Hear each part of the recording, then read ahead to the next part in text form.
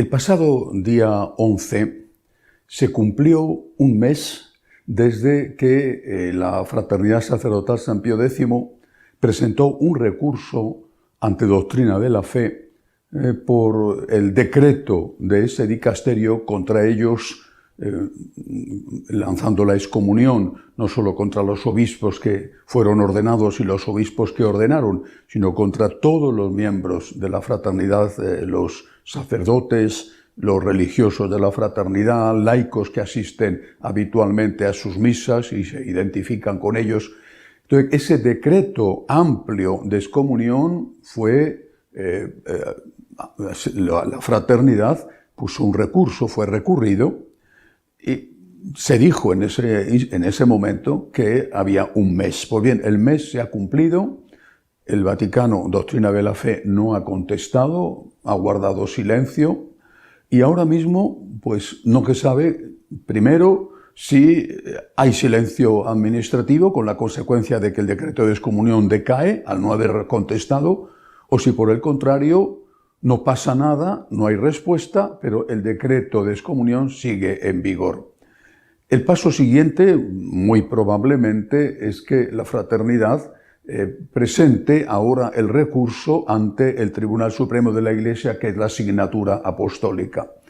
Una asignatura apostólica que ha sido recientemente renovada por el Papa León, con miembros, todos ellos de un perfil profesional, es decir, expertos en derecho canónico, y, si no todos, la inmensa mayoría, claramente conservadores, como por ejemplo el arzobispo de San Francisco en Estados Unidos, Monseñor Cordileone.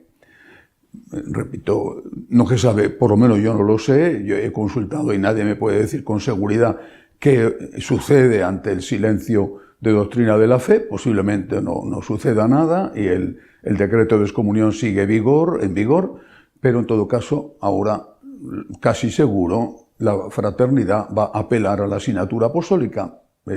Esto, lógicamente, tardará un tiempo, no en la apelación, que puede ocurrir de un momento a otro, sino en la respuesta que la asignatura apostólica dé, porque esas cosas hay que estudiarlas con mucho detenimiento. Mientras tanto, ¿siguen excomulgados todos los miembros de la fraternidad? Sinceramente, no lo sé. No han sido estas las únicas noticias de esta semana, aunque esta realmente es una no noticia porque no ha ocurrido nada. Esta semana ha habido dos cosas importantes y naturalmente una de ellas, como siempre, tiene que ver con Alemania. La primera, yo creo que de gran alcance. En Roma ha muerto un señor destacado, un músico. Bueno, este señor tiene una familia que ha solicitado un funeral. El funeral se iba a celebrar en una de las iglesias más significativas de Roma. Todo estaba preparado y poco antes de celebrarse el funeral, la logia masónica de la ciudad da a conocer públicamente que el difunto era un miembro distinguido de la logia, un alto cargo, hasta el punto de que era él, músico, el que había compuesto el himno de la logia masónica. Cuando esta noticia se hace pública, resulta que la familia ni siquiera sabía de la pertenencia a la masonería del difunto. Pero inmediatamente le llega la noticia, a través del párroco, le llega la noticia al vicario del Papa para Roma, el cardenal Reina. Es casi seguro que el vicario del Papa informa al Papa de lo que sucede. No puede tomar una decisión de esta relevancia, de esta importancia, sobre todo pública, sin consultar al Santo Padre. La cuestión es que el cardenal ordena que no se produzca el funeral, que ya estaba todo hecho, es que estaba a punto de llevarse a cabo, que no se celebre el funeral. No puede haber un funeral para un excomulgado, en este caso para un masón, y todos los masones que están excomulgados, no puede haber un funeral católico para una persona excomulgada. Esto seguramente ha sido siempre así, de ley, pero ahora se ha ejecutado. Y es una cosa bastante significativa, que sirve de lección para muchos obispos en el mundo. Esta persona es públicamente, se sabe, se conoce que es un masón, fallece, por supuesto que se puede rezar por él, eso es obvio, Pero no se puede celebrar un funeral católico por un masón. Es algo que la Iglesia prohíbe tajantemente y que el Papa ha dejado claro, en un asunto que le concernía a él como obispo de Roma, ha dejado claro cuál es la práctica que hay que seguir inmediatamente, pero casi a los pocos días, un obispo italiano, el de Ventimiglia, se ha encontrado con una situación semejante. El masón difunto que quería el funeral y que estaba ya también ahí todo organizado era de menos relevancia que el romano, pero aún así un masón considerado públicamente y conocido públicamente como masón, el obispo de Ventimiglia ha dicho: aquí no se celebra el funeral por él. ¿Ven? Yo creo que es un aviso para todos los obispos del mundo, y otra cosa distinta es si después, sabiéndolo, hacen caso a lo que el Papa dice, a lo que el Papa enseña. Porque no todos, ni mucho menos, hacen caso al Papa. Por ejemplo, volvemos ahora, una vez más, esto es como el rayo que no cesa, una vez más volvemos a Alemania. El obispo de Maguncia ha hecho unas declaraciones en un portal de la Conferencia Episcopal Alemana, donde, entre otras cosas, dice que es consciente de que en su diócesis muchos laicos predican en las parroquias. Y sabe, lo dice, que eso está prohibido por el Vaticano. Es decir, él sabe que eso ocurre, dice que le llegan denuncias y que le piden esos laicos que protestan que intervenga, pero él dice que no puede autorizarlo porque sabe que está prohibido por el derecho canónico, pero ha decidido no hacer nada y permitirlo. Sabe que está prohibido. Le llegan denuncias. Esto es reconocido públicamente por él en una entrevista. Está prohibido.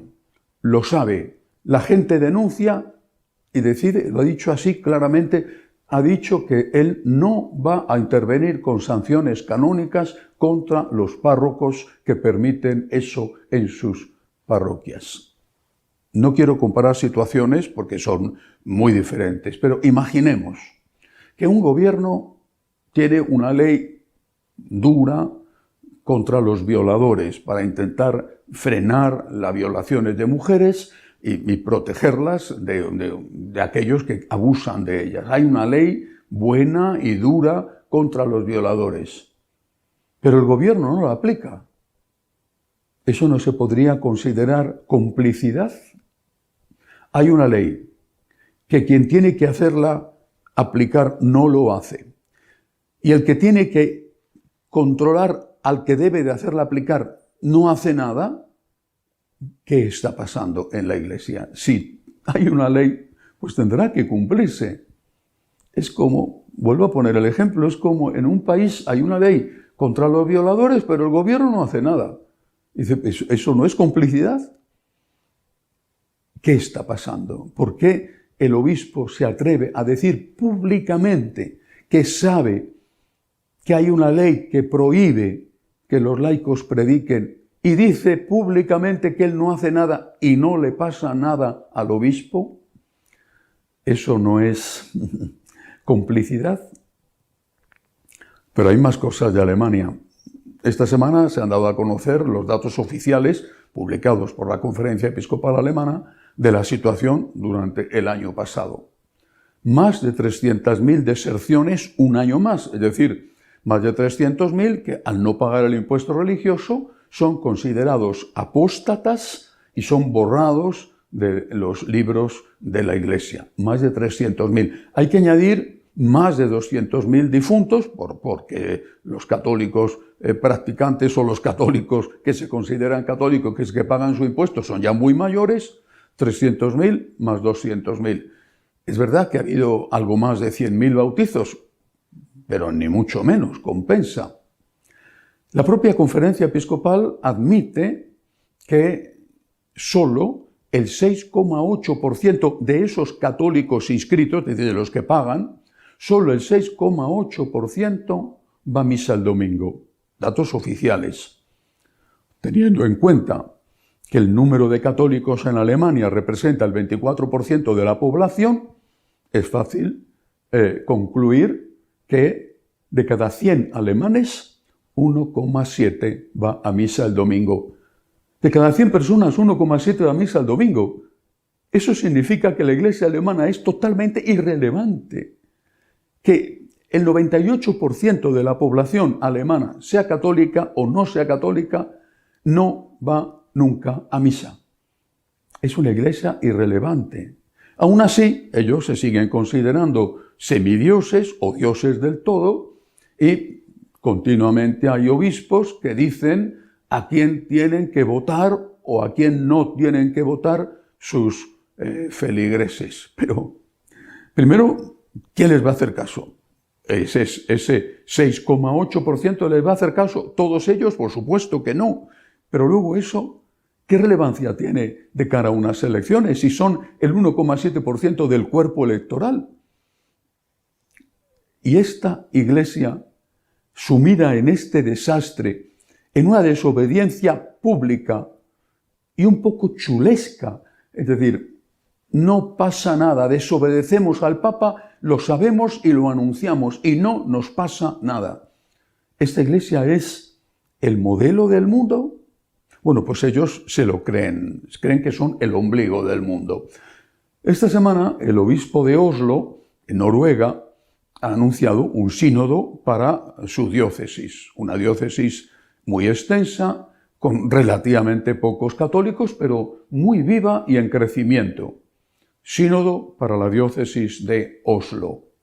Un sínodo diocesano, muy bien. Pero el obispo ha dejado claro que no se va a modificar ni a discutir nada referente a doctrina y a moral, porque ha dicho, eso no nos compete a nosotros como iglesia diocesana discutirlo ni modificarlo. Perfecto, eso tiene que ser un sínodo. Protesta inmediata, crítica inmediata al obispo de Oslo en el órgano oficioso de la Conferencia Episcopal Alemana, que están muy enfadados con ese obispo del norte de ellos, que se ha creído. Ellos que están diciendo que en su sínodo tienen poder para cambiar todo lo que haya que cambiar, se encuentran con un obispo que dice que en su sínodo se va a respetar lo que enseña la Iglesia, porque lo importante es ser fiel a la Iglesia. Les ha molestado muchísimo, pero en el fondo, ¿qué hay ahí detrás? Son el ombligo del mundo. Se considera el futuro. Ellos son los que están guiando a la Iglesia hacia los prados verdes. Ellos, que solamente 1,7 católicos, 1,7 personas de cada 100 en Alemania va a misa el domingo. Ellos que pierden cada año 300, 400 mil católicos. ¿Ese es el futuro? Pero en realidad, si ellos se lo creen, y de verdad se lo creen, y lo dicen, es porque se lo consienten. Si un obispo sale diciendo que recibe denuncias, que sabe lo que la Iglesia enseña y que no hace nada, es porque se lo consienten. Tenemos que rezar mucho, rezar por la Iglesia y rezar por el Papa. No es fácil su tarea. Quiero pedir también oraciones por las víctimas del reciente terremoto de Colombia, que aunque no ha sido tan desastroso como el de Venezuela, también ha sembrado mucho dolor y mucha destrucción. Hasta la semana que viene, si Dios quiere.